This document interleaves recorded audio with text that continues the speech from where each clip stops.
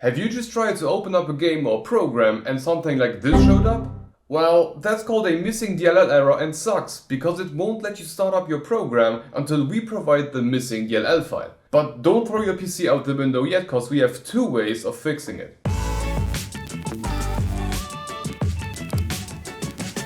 I'm running on Windows 11 here, but this will also work fine for Windows 10, 8 or 7. Okay, let's get started. Method number one is to install the DLL file ourselves.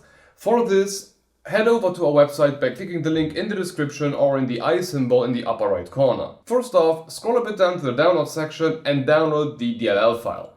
After downloading it, open it up and keep it on the screen. Now we need to open up our Explorer and head over to our main PC, then into the C drive and then into the Windows folder. Now here scroll all the way down until we can see a folder called System32 and one called Syswow64. Here drag the DLL into the System32 folder and also into the Syswow64 folder. On a side note, if you're using a 32-bit Windows 10, 8 or 7, you are not going to have a Syswow64 folder. In that case, you can just skip that step. Now you can close all of these windows and restart your PC, and after a fresh restart of your PC, the program that was showing you the DLL error should now be detecting the DLL correctly and open up just fine. But there are instances where the program just doesn't want to find the DLL. There are. And for these cases, we have a method number two. There is a package from Microsoft themselves called Visual C++ Redistributable that contains the DLL and should fix the error if it hasn't been done before. So let's go back to our website with the method 2 link in the description or the I symbol in the upper right corner.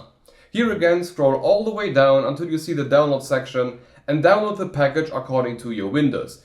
If you are running Windows 11, it's 64-bit no matter what. If you're running something older like Windows 10, 8 or 7, you need to know if you are running a 32 or a 64-bit version. To find it out, simply open up your Start menu and search for System with the subcategory Control Panel. Once opened, we can find the bit amount in the same line as System type. And then back on our website, choose the file according to your system. 64-bit for 64-bit users and 32-bit for 32-bit users. Once downloaded, open the installer, check the mark saying I agree, click on install and just wait until the installation is finished. Once everything is done, just like before, restart your PC and the program should start up just fine and you can do whatever you want it to do. Okay, I hope you got your problem resolved and you can now use whatever program you wanted to use.